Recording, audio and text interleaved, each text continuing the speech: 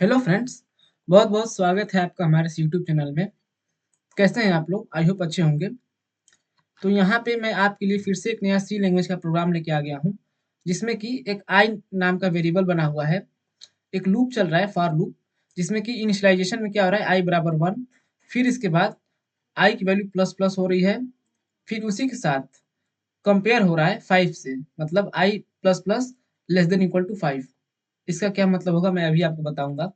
फिर इसके बाद जहाँ पे वैल्यू फॉर लूप में इंक्रीमेंट या डिक्रीमेंट होती है, अपडेट होती है, वहाँ पे प्रिंटफ में आई की वैल्यू प्रिंट हो रही है। और यहाँ पे आपको ध्यान देना है कि यहाँ पे सेमीकोलन भी लगा है, मतलब इस लूप का कोई बॉडी नहीं है। तो आपको बताना है कि इस प्रोग्राम का आंसर क्या होगा, इस प्रोग्राम का आउटपुट क्या होगा। आप वीडियो को पहले पॉज कीजिए, खुद से ट्राई कीजिए। अगर नहीं बने तब फिर दोबारा इस वीडियो को देखिएगा। ठीक, चलिए मैं अब इसका सॉल्यूशन बता रहा हूँ। यहाँ पे क्या हो रहा है कि आई बराबर 1 है। ठीक, तो सबसे पहले ये कंपेयर होगा आई। यहाँ पे क्या हो रहा है 1, आई मतलब क्या है 1। तो ये जो है कि ये पोस्ट इंक्रीमेंट है। पोस्ट इंक्रीमेंट मतलब क्या होता है?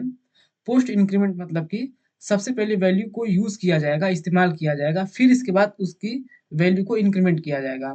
मतलब कि यहाँ पे सबसे पहले कंपेयर होगा 1 लेस देन इक्वल टू 5। ये कंपेयर होने के बाद तुरंत आई की वैल्यू प्लस प्लस में होके मतलब इंक्रीमेंट हो जाएगी। ठीक, तो चलिए मैं इसको ड्राई रन करता हूँ, one by one, step by step मैं इसको ड्राई रन करता हूँ। तो यहाँ पे क्या हो रहा है कि आई बराबर 1 था इनिशियलाइजेशन में। ठीक, अब आउटपुट में क्या आएगा मैं यहाँ पे लिखता जाऊंगा। यहाँ पे सबसे पहले कंपेयर होगा 1 लेस देन इक्वल टू 5, ये कंडीशन ट्रू है। ठीक, जैसे ही कंपेयर होगा तो क्या हो जाएगा, आई की वैल्यू प्लस प्लस हो जाएगी, मतलब यहाँ पे क्या हो जाएगा 2 हो जाएगा। ठीक, अब ये लूप, ये जो पार्ट है वो चल गया।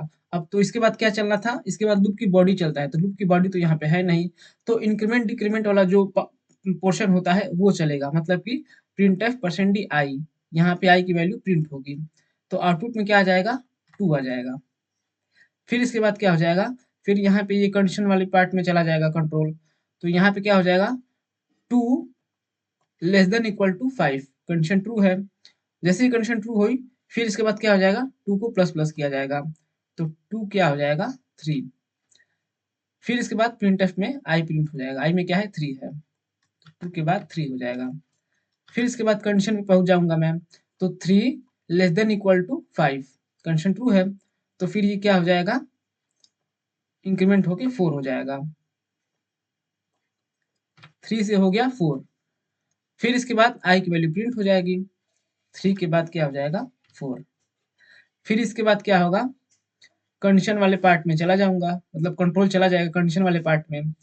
तो यहाँ पे फिर कंपेयर होगा 4 लेस देन इक्वल टू 5, ये कंडीशन ट्रू है। तो जब ये कंडीशन ट्रू है, फिर इसके बाद क्या हो जाएगा कि प्लस प्लस हो जाएगा, मतलब 4 से क्या हो जाएगा, ये 5 हो जाएगा। 5 होने के बाद प्रिंटफ ये चलेगा, प्रिंटफ चलेगा तो क्या हो जाएगा, यहाँ पे 5 प्रिंट हो जाएगा।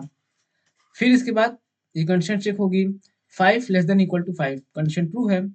फिर इसके बाद आई की वैल्यू प्लस प्लस होगी, मतलब 5 के बाद क्या हो जाएगा 6, 6 हो जाएगा। तो क्या हो जाएगा, प्रिंटफ परसेंट डी आई मतलब 6, तो यहाँ पे 6 फिर से प्रिंट हो जाएगा।